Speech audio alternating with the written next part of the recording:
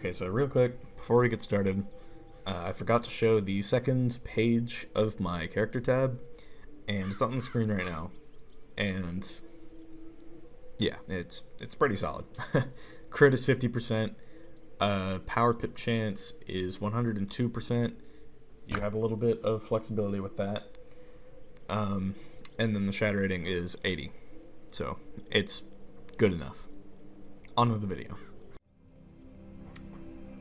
Alright, hello, my name is Julo. Today, we're going over my Exalted Life's quick match, gear and deck setup, and you may have seen me play, and let me tell you, the playstyle is very one-dimensional. You literally just stun block and then loot me a bunch of times, but that's besides the point. We're here for the gear and deck today, so what have we got? Well, we've got the Crocopatra hat. The Malister hat is good as well. I would actually probably use the Malister hat over this, just because of the pip chance. But you'll see why this works just fine with everything else in a minute. But yeah, this hat's pretty good. And obviously you get this from the Crocopatra Exalted duel. Gives good health, good enough pip chance, decent pierce, really good resist, really good crit, good damage, and then good shatter rating. So you can do either this or Malister, whichever one works. For the robe, I have the Rattlebones Exalted robe. This robe is also really good. Gives you better resist, better damage, I think. A little less accuracy, but you really don't need more than about 15 accuracy on a life wizard. Pip chance is good, good critical as well, good shads. All around, this is just a really good robe. Additionally, you can get the Malister robe, but if you have this, I would just recommend using this over it. So, yeah, pretty nice. For the boots, I'm using the Ancient Persian Galesh, however you say that. And the reason why I use this is because of the extra resist and life damage that I get. Going down here to the Melinda Boots, you can see that, you know, both of these are good in their own right. Melinda gives more health, more pit chance, more critical, less resist. It gives accuracy, a lot less damage, and an extra 5% life accuracy, which is decent, and they give the same shatter rating. So you can use either the Melinda Boots or the Persian Boots. Both work with this setup. Yeah, it's pretty nice. I just use the Persian ones for the added damage and slightly higher resist, because usually in quick match, 20 pierce gets added to all of your hits. So usually people have around like 30 to 35 pierce, and with the added to resist, I get 57 resist in total. So not everything is pierced, and it gives off the illusion that I'm like set or something. Makes people play differently. But yeah, that's about it actually for the boots. For the wand, Sinbad. I mean, obviously. It gives all that crit, all that damage, and it even gives pierce. So that's pretty nice, I would say.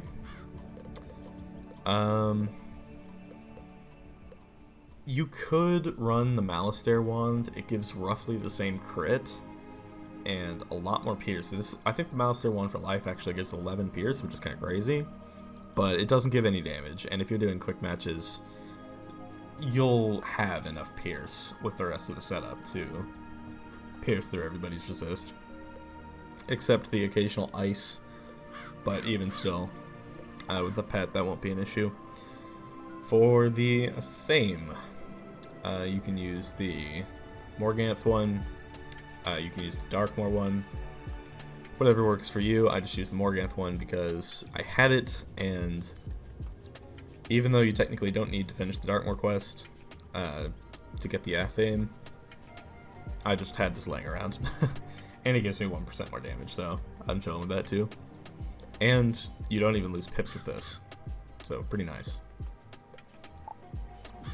For the amulet, I have this amulet, Shane amulet. It's pretty nice, I would say. Additionally, you can use the Morganth amulet if you have it. If you're doing like a blade stack strat, I know I used to do like a blade stack into a spiny type thing, which actually worked pretty nicely, but I would just recommend this because I don't really blade a whole lot. But if you do want to run a blade stack strat, this is your choice. For the ring, duelist. Pretty simple. I mean, the pierce on this ring is just unmatched. This is a must-have if you're doing PvP. Before you get it though, I would recommend the Alpha and Omega ring, just because it's a worthy enough substitute for the duelist ring. You obviously don't get the extra pierce, but everything else is pretty much on par with the duelist ring, so this is an okay substitute. For the pet, pretty nice. You'll recall I said that against ices you might not pierce all the resist, but the pet will take care of that. That's because Infel actually does cast semi-often. I don't know if that's just because it's quick match or what, but I've noticed Infel casts a lot in quick matches. So that plus the added pierce gives you enough damage to, or enough pierce rather, to, like, I guess if somebody shields, you can just hit straight through it and it'll be a good move. So, especially with how quick match damage scales.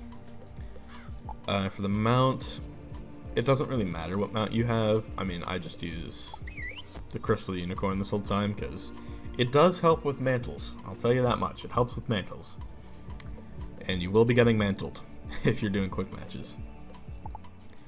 For the deck, Darkmoor Crafted, that is just the option.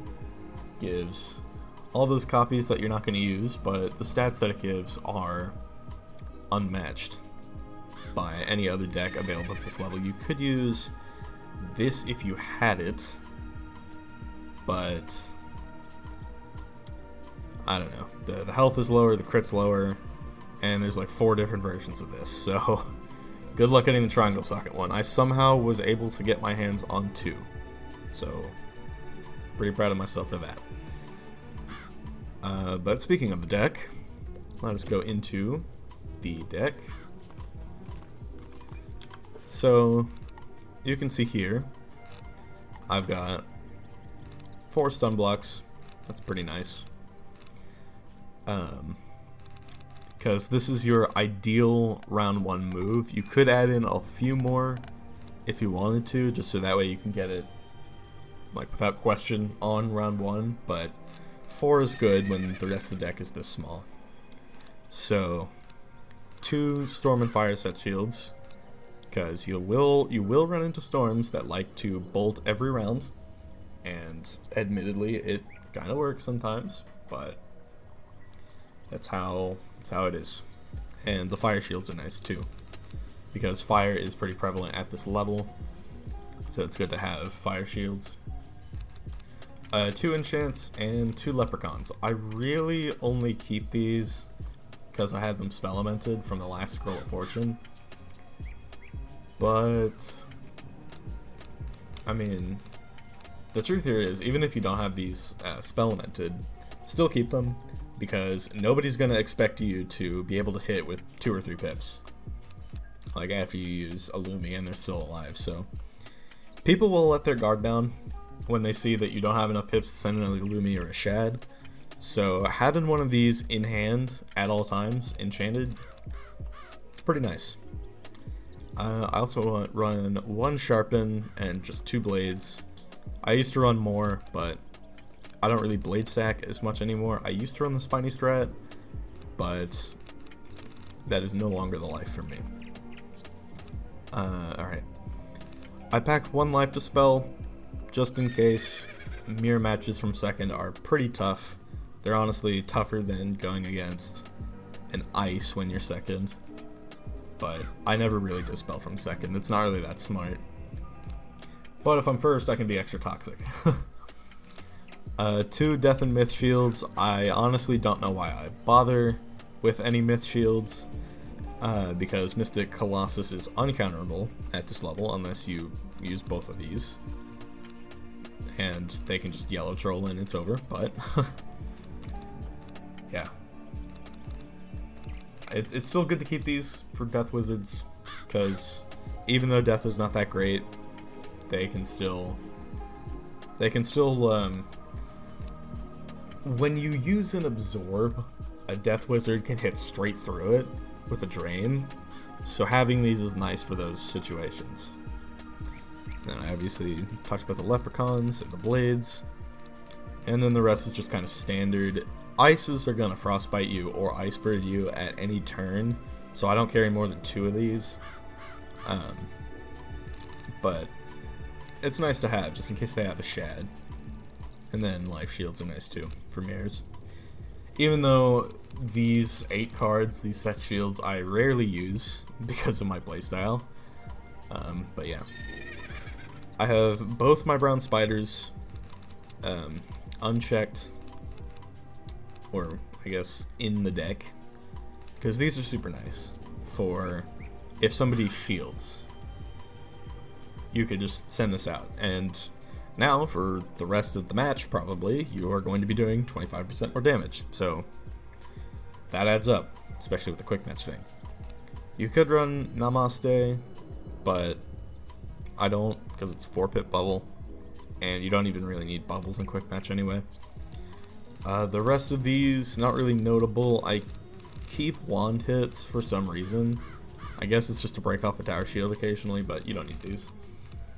So now, for the side. Oh, and also, I used to pack triages, but I never triage because I play too fast. For the side, this also used to be bigger. But now it's just 4 TC towers inside, so it's kind of fine. You will rarely need these though, because I usually just save 1 set shield for whatever class in my hand, unless it's a balance, and if you're going against a balance, like, you should be able to handle yourself fine with these. 1 Centaur, I only started packing this recently, but it does a lot more damage than a Lumi. So if you need a kill shot and you have the pips but don't have the Shad, then this is the move. 4 cats, not gonna need more than that. And the Absorb is really underrated. Like, I'm talking really underrated. So make sure to keep that in mind. 6 Lumis, I use like maybe 3 to 4 of these every game, not even joking. Depends on how much the opponent shields.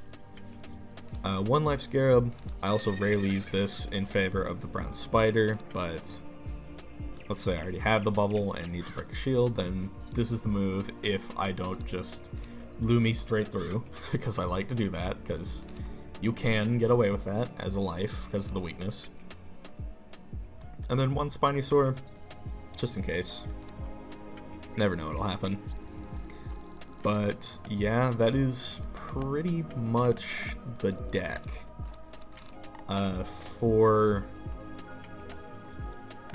I'm gonna take this character up to champion, level 120, to have a 100% crit setup going. And this is the deck that I'm gonna use for that for ranked. And I'm gonna see if this works. It may not. These are gonna become epics at some point. But I guess we'll see what happens. This is just, I guess, a suggestion for a deck at level 120. I don't expect many people to be doing level 120 PvP, but kind of just is how it is. I actually need to add a couple more satyrs, but yeah, regardless, I think that's going to wrap it up for this video. If you wanted an Exalted Life quick match deck setup, this is probably the one to run.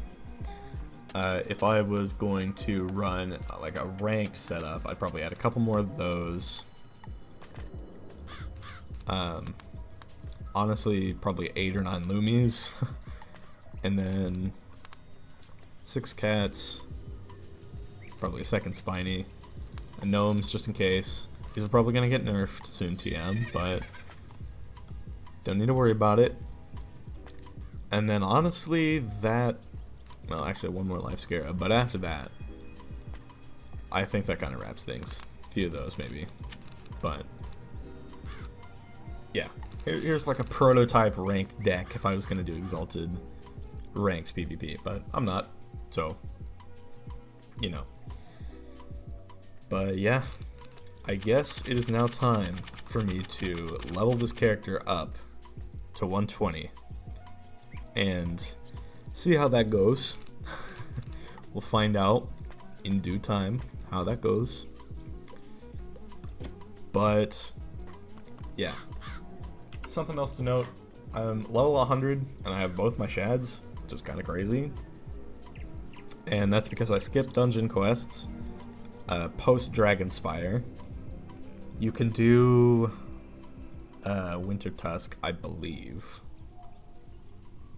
I could be wrong, but you know, I just skip all the dungeon quests that I can.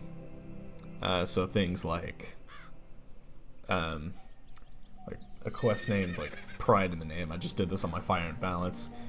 It gives you like 25,000 XP as like a level 60 something. If you skip that and just do the main questline objective, then it's wraps. Like, you miss that XP and you can stay at level 100 and get both your shads. But the reason why I stayed level 100 and why I've been skipping all the dungeon quests is because Chrysalis overlevels you, Polaris continues it, and you don't get your 4-pip shad spell until very late in Mirage. And it's gonna cut it a little close.